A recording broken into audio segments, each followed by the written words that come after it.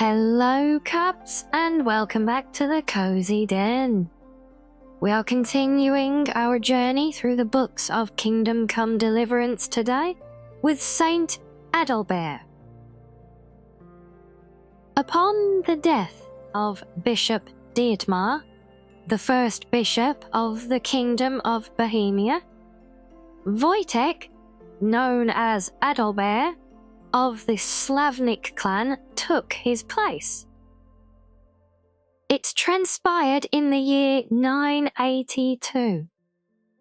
Recalling to mind the words of his predecessor, that amongst the common people many injustices had spread, that polygamy amongst the nobility and blood feuds amongst the people did flourish, that no soul did honour neither Sabbath nor holy days, and in their place they held markets, that Christians were sold into slavery, and that in the countryside pagan customs did flourish.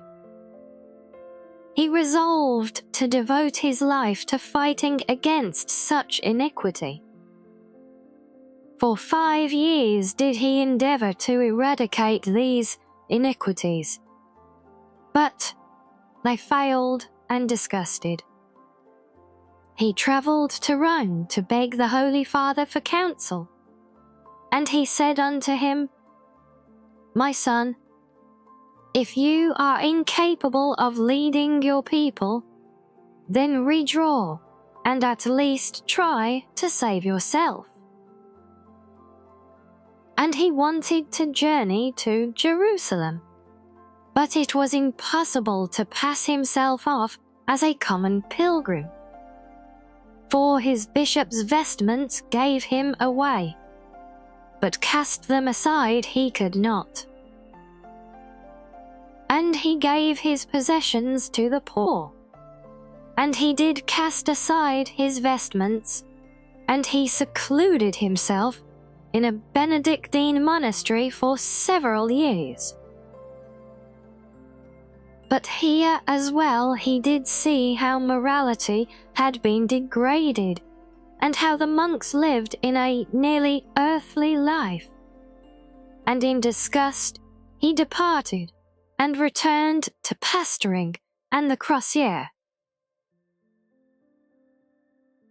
To rectify at least some things, he founded Brevnov Monastery, as well as several others, and invited monks of the great moral to them to live and devote themselves to God according to the strictest monastic laws. In the year of our Lord 995, a horrible catastrophe struck his family. Every last man and child was murdered at the fortified town of Libis, whence only Adalbert escaped, perhaps because he was not there, or because no soul dared lay a hand upon a bishop. People of evil tongue claim that it was the Premiswid clan that did commit this massacre to solidify its power in Bohemia. Others say that it was Adalbert himself who was responsible, for he offered an adulterous wife who, according to custom, should have been killed, asylum in his church, and thus disgraced the clan of the husband wanted vengeance.